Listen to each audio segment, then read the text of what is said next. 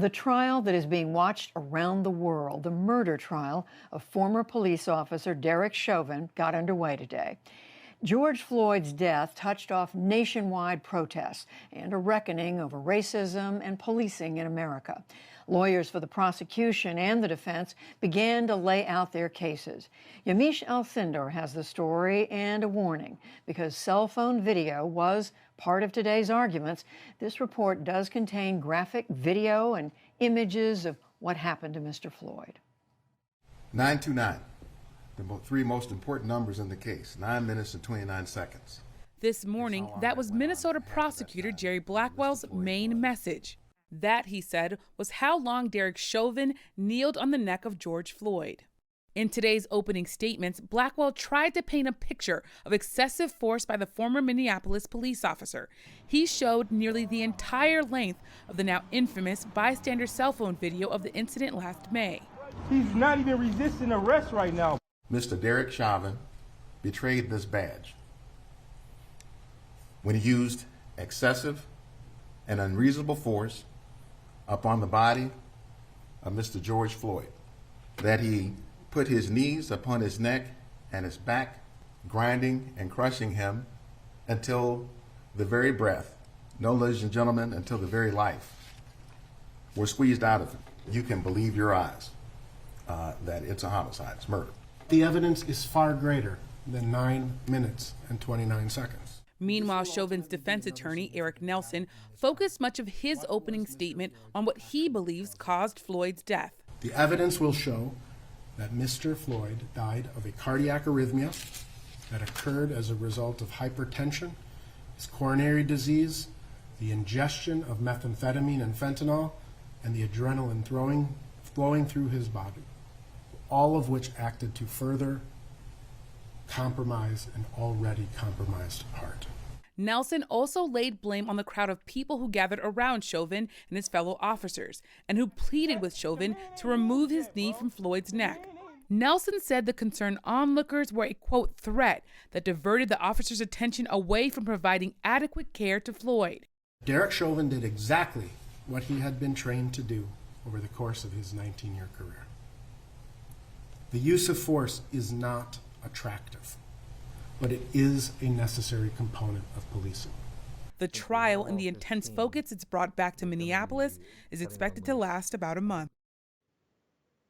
To help us unpack today's developments, we turn to Mary Moriarty. She's a former public defender in Hennepin County, where Minneapolis is located. She has been following the case closely and watched today's events. Thank you so much, Mary, for being here.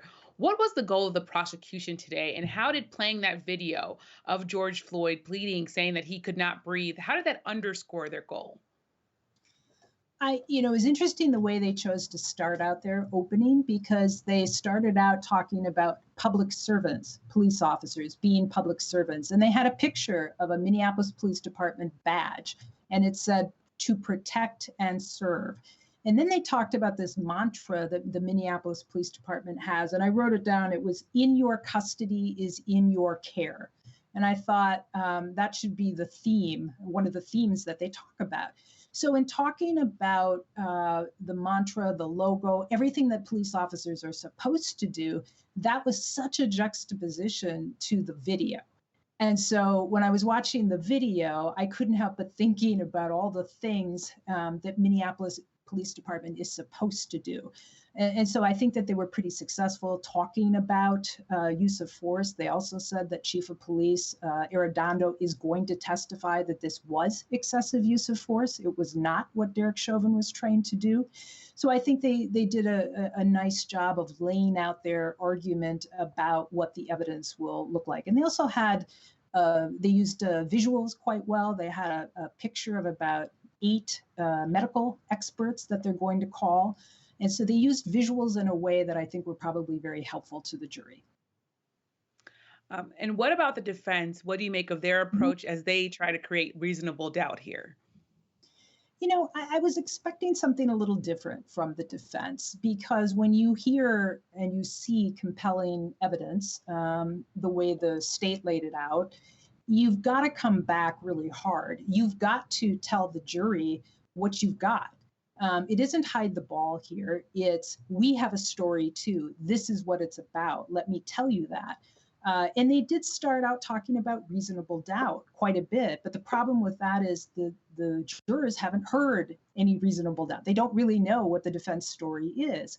So, eventually they did get there. They did talk about, or he did talk about the medical evidence here. Some of that may come back to bite him because he talked about the medical examiner, Dr. Andrew Baker, the Hennepin County medical examiner. And one of the things he said was, they didn't even like his work necessarily. They got a second opinion.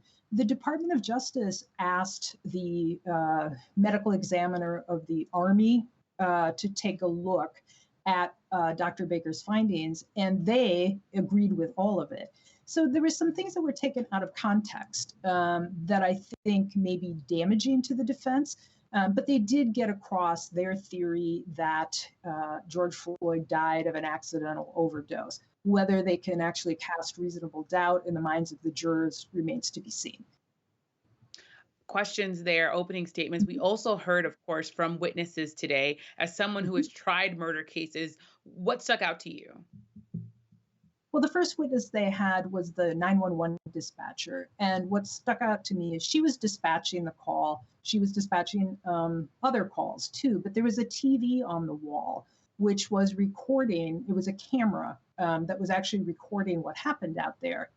And she thought at one point that the frame had frozen, that the TV had frozen because of the length of time she saw the officers on top of George Floyd. She actually took the step of calling a sergeant to tell the sergeant that she thought something was terribly wrong. And she knew, she said instinctually she thought something was wrong. And when we actually heard her call, and what she said was, call me a snitch, but I think you should get out there and look at what happened. And that was something that she had never done before. The other witness who was still on the stand, who will come back tomorrow morning, was everybody did hear his voice in your clip. He was one of the bystanders who was yelling at the police officers. He is an expert in martial arts. He spent his life wrestling and participating in martial arts. So it was strategic or lucky that the state called him. He was still on the stand. He'll come back tomorrow morning. And so the jurors will get to hear him after having have his words linger in their ears overnight, because he was a very compelling witness. He saw what happened, and he is one of those people that everybody in the world probably saw on that video, or on one of the videos, yelling and pleading and begging for the officers to help George Floyd. Mm-hmm. Well, those are all really interesting and really important observations, a case that clearly the nation is watching. Thank you so much, Mary Moriarty. Thank you.